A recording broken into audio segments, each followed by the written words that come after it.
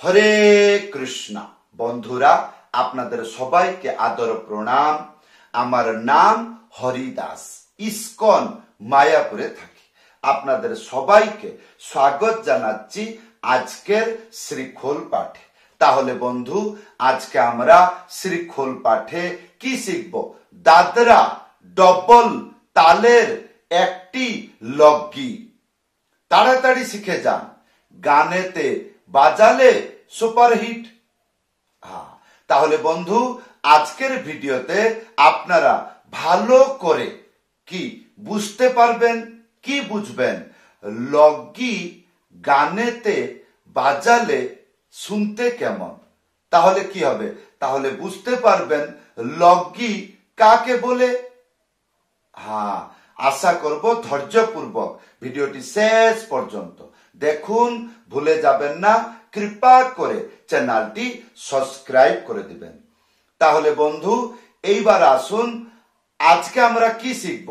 Dadra double তালের লগি। আজকে বুঝতে পারবো দাদরা ডবল তালের সাথে লগি গানেতে বাজালে শুনতে কেমন। তাহলে বন্ধু, প্রথমে আমরা দাদরা ডবল তাল শিখব। কেন? ডবল তাল শিখলে তাহলে সরল হবে বুঝতে, যে দাদরা ডবল তাল শিখে গেলাম, এইবার তার সাথে লগি বাজাবো। তাহলে তাড়াতাড়ি বুঝতে পারবো লগি মানে কি, লগি বাজালে কেমন লাগে দাদরা ডবল তাল সাথে। তাহলে বন্ধু, মন্ত্রটি লেখা আছে যাচ্ছে ধি না না তি ধা না। এই মন্ত্র বলা হয় দাদরা ডবল তাল। তাহলে বন্ধু আসুন, প্রথম স্টেপ ধি না না। ধি তিনটে আঙ্গুলি, মাঝখানে চেপে ডুগি সোজা একসাথে বাজাবেন। কি হবে?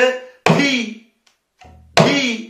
তারপরে না না, দুইটা না, প্রথম না, একটা আঙ্গুলি মাঝখানে উড়িয়ে না, আর দ্বিতীয় না, একটা আঙ্গুলি মাঝখানে উড়িয়ে থাপ একসাথে বাজাবেন। তাহলে ধি না না হলো। ইয়ার পরে তি ধা না, তিনটে আঙ্গুলি মাঝখানে চেপে, এটা হবে তি। তারপরে ধা, একটা আঙ্গুলি মাঝখানে উড়িয়ে ডুগি সোজা একসাথে বাজাবেন। তাহলে তি ধা। আর তারপরে না, একটা আঙ্গুলি মাঝখানে উড়িয়ে। তাহলে ধি না না, তি ধা না, ধি না না, তি ধা না। এইরকম 10-20 বার বাজিয়ে নেবেন। হাত বুঝতে পারবে ব্যালেন্স কাকে বলে। আমি যেটা বলছি ওই রকম আমার হাত বাজছে, এটা কখন জানবেন? যখন এইরকম একটি একটি অক্ষর বাজাবেন। তারপরে এই মন্ত্রটি গানেতে বাজালে এইরকম লাগবে শুনতে। তাহলে ধ্যানপূর্বক শুনুন।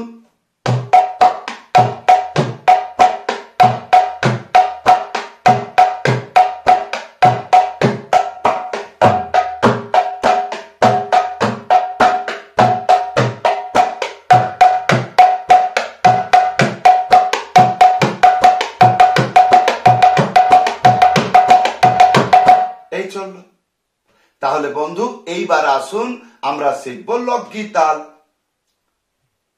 এসে গেছে মন্ত্র। কি লেখা আছে? ধি ধা ধা, ধি ধা ধা। এটা হলো প্রথম লাইন। আর দ্বিতীয় লাইন ধি না না, তি তা না।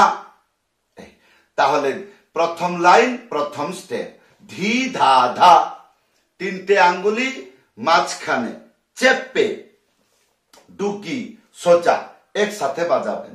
এইটা হবে ধি ধি ধি, এটা ধি হলো। তারপরে ধা, একটা আঙ্গুলি মাঝখানে উড়িয়ে ডুগি সোজা একসাথে বাজাবেন। তাহলে ধি ধা ধা, ধি ধা ধা হয়ে গেল। প্রথম লাইন কমপ্লিট।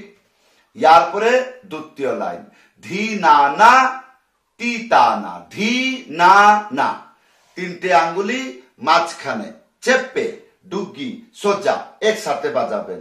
ধি, তারপরে না না একটা আঙ্গুলি মাঝখানে উড়িয়ে না না, তাহলে ধি না না। ইয়ার পরে তি তা না, তিনটে আঙ্গুলি মাঝখানে চেপে তি, তারপরে তা একটা আঙ্গুলি মাঝখানে উড়িয়ে থাপ একসাথে বাজাবেন। তাহলে তি তা, আর না একটা আঙ্গুলি মাঝখানে উড়িয়ে। আসুন এই মন্ত্রটি বাড়িতে বসে এইরকম অভ্যাস করবেন। কেমন? ধি ধা ধা ধি ধা ধা ধি না ধা তি তা না, ধি ধা ধা ধি ধা ধা ধি না না তি তা না, ধি ধা ধা ধি ধা ধা ধি না না তি তা না। তাহলে বন্ধু এইবার দেখুন, কি দেখবেন? দাদরা ডবল তাল সাথে লগি কেমন করে বাজাবেন। হ্যাঁ, আসুন। ধিনা নাতি দানা, ধিনা নাতি দানা, ধিনা নাতি দানা, ধিনা নাতি দানা, ধিনা নাতি দানা, ধি দাদা ধি দাদা ধিনা নাতি দানা, ধি দাদা ধি দাদা ধিনা নাতি দানা, ধি দাদা ধি দাদা ধিনা নাতি দানা, ধি দাদা ধি দাদা ধিনা নাতি দানা। বুঝতে পারছেন? হ্যাঁ, তাহলে বন্ধু এইবার এইটা তো ছিল নরমাল, আর স্ট্যান্ডার্ড ভাবে বাজালে এইরকম শুনতে লাগবে। কেমন? ধিনা নাতি দানা, ধিনা নাতি দানা, ধিনা নাতি দানা, ধিনা নাতি দানা, ধিনা নাতি দানা, ধিনা নাতি দানা, ধিনা নাতি দানা, ধি দাদা ধি দাদা ধিনা নাতি দানা, ধি দাদা ধি দাদা ধিনা নাতি দানা, ধি দাদা ধি দাদা ধিনা। এইরকম। তাহলে বন্ধু এইবার ধ্যান পূর্বক দেখুন, লগি তাল যখন বাজাবেন এই বাম দিকে হাতটা কেমন থাকে এইগুলো জানতে হবে। হ্যাঁ, তাহলে কেমন? এই সাপের মতন কোন জায়গায় ডুগি বাজাচ্ছি, এইরকম না, এইরকম এরকম না, ডুগিটা কোন জায়গায় ধরছে। ভিডিওটা জুম করে দেখবেন। এই কোথায় দেখুন, কোথায়? ইয়ার ভিতরে না, এই তাহলে ডুগিটা উঠাবেন না। তাহলে ধি ধা ধা, তাহলে ধি দাদা ধি দাদা ধি দাদা ধি দাদা ধি দাদা, এইরকম করে অভ্যাস করে নেবেন।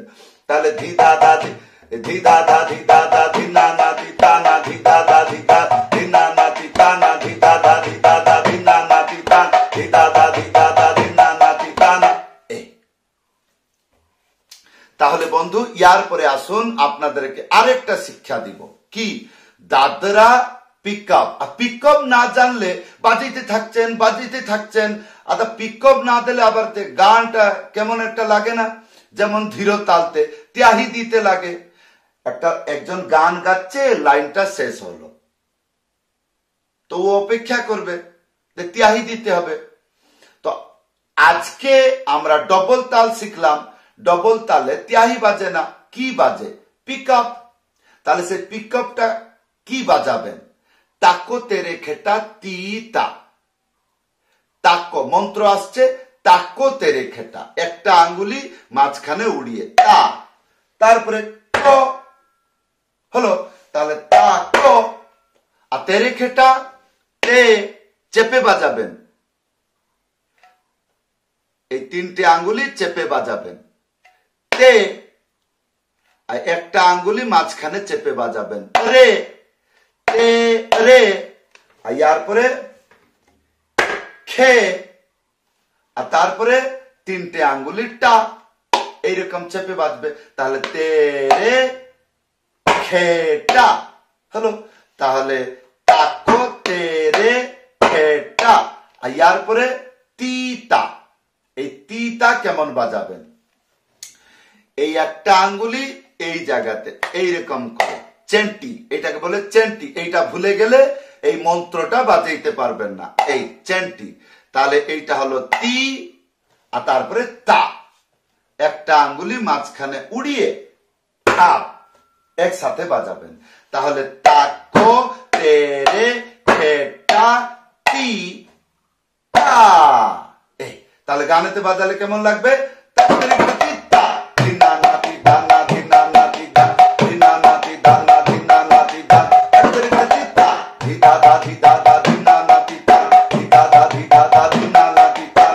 এই তাহলে এইবার আসুন গান গাইয়ে বাজিয়ে দেখাচ্ছে। না না না রে না না না না না না